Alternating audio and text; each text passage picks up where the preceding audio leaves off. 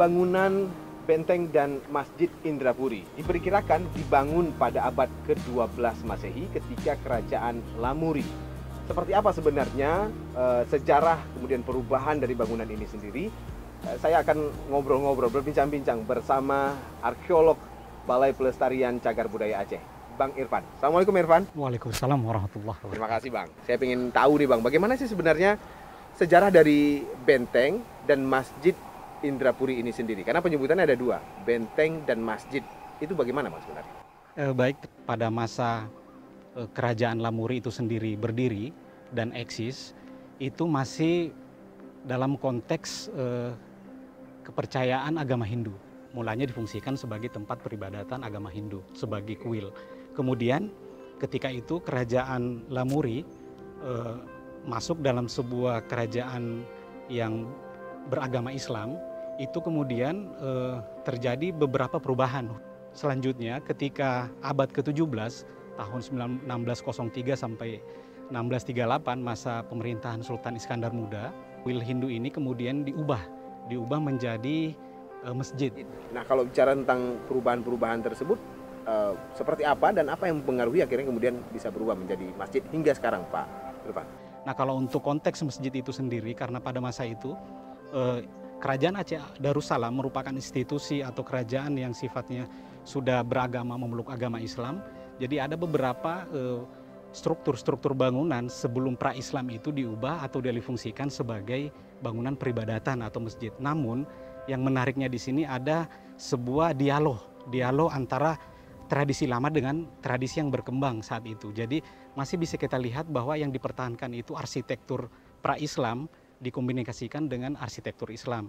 Jadi apa yang terlihat di sini adanya bentuk tambahan. Jadi ada bentuk limasan bersusun 3, itu adalah bagian dari struktur masjid.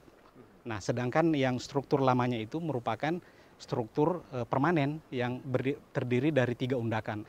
Nah, undakan paling atas itulah berdiri struktur Masjid Indrapuri yang saat ini. Makanya situs cagar budaya ini disebut sebagai benteng dan Masjid Indrapuri.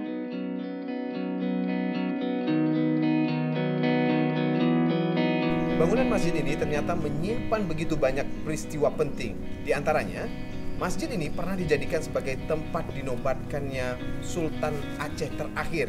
Dan pra kemerdekaan, bangunan masjid ini juga pernah dijadikan sebagai sebuah tempat atau markas dari mujahidin. Seperti apa di dalamnya? Ayo kita masuk.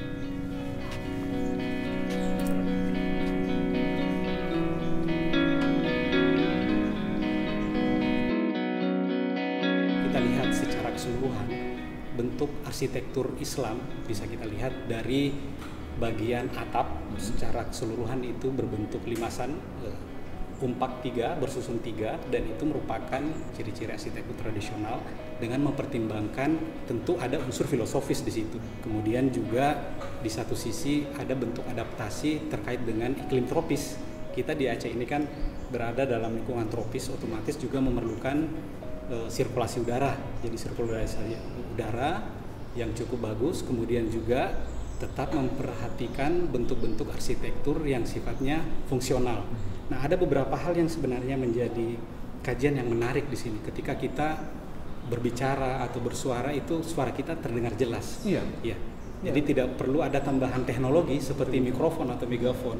Dan itu bentuk-bentuk kearifan lokal, artinya bagaimana fungsi dari arsitektur masjid itu berfungsi baik ketika misalnya ada khutbah atau ceramah atau pada saat sholat berjamaah.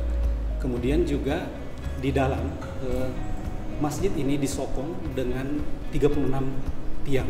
Oh, tiangnya ini 36? Iya, jumlah tiangnya 36 dan kita kebetulan berada pas di tengah-tengah.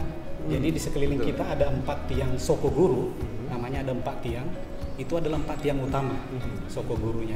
Nah, sisanya 32 tiang itu adalah tiang penampil.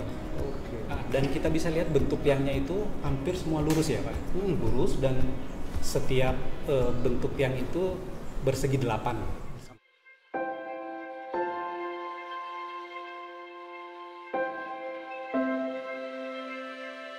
Kemudian juga ada beberapa bentuk ornamen-ornamen tradisional. Bisa kita lihat ada seni ukir yang sangat tinggi. Kita tahu bahwa seni-seni ukir itu mengalami puncak keseniannya yang paling tinggi di abad ke-17 masa Sultan Iskandar Muda, dan itu bisa kita lihat jejaknya bukan hanya dari ornamentasi kayu tapi dari sisi kesenian pada saat misalnya kita lihat nisan, makam-makam itu sangat indah, dan itu bisa kita lihat juga di beberapa bentuk-bentuk ornamen kayu itu juga ada beberapa bentuk flora yang distilir.